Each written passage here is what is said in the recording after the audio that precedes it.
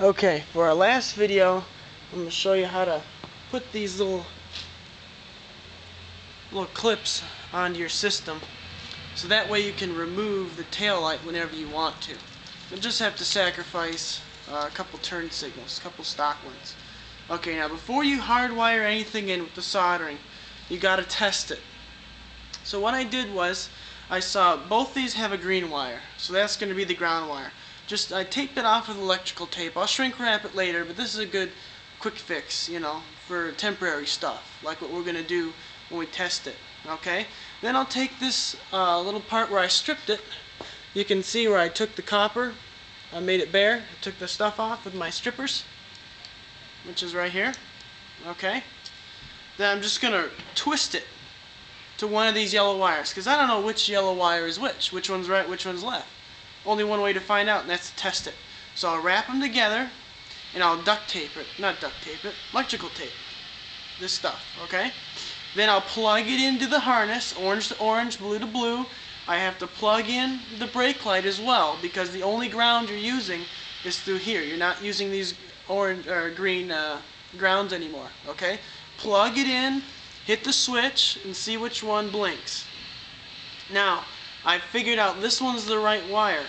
So I took some black tape and I put it over this one. So this one has tape, this one doesn't. I remember, this one is the right one. If you still can't remember, put a little R on there. Use some masking tape. Just remember what you're going to do. Okay? I've already done that, so I'm going to go straight to hard wiring it now. Okay? Now, before you solder this together permanently, you got to put the shrink wrap on. So that's what this black tube is here. I just cut it in half because it's pretty long. It's about twice as long. Cut it in half just not to waste any, and I slide it through. Then I'm just going to mesh the wires together the best I can. And I'm just going to put a little bit of solder on there. I'm not an expert at this, so if you know a better way, by all means, do it. But again, I'm going to melt this. Put a little bead in there.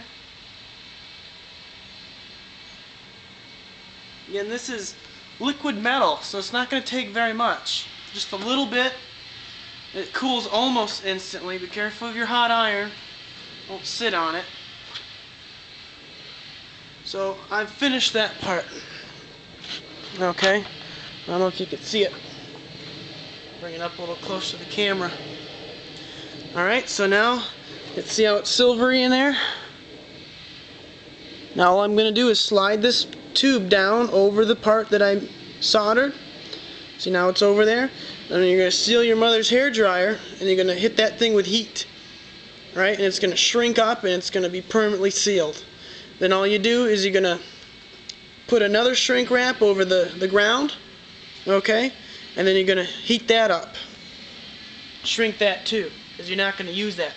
And then when the tip gets really hot of the shrink wrap on this side you're not using, take your pliers and crimp it like that. That's going to seal the end. Then let loose and you're good to go. And the rest is simple. Plug this into the brake light, plug these into the turn signals, and then assemble it in reverse, and that's all there is to it. It's no problem. You guys can do it.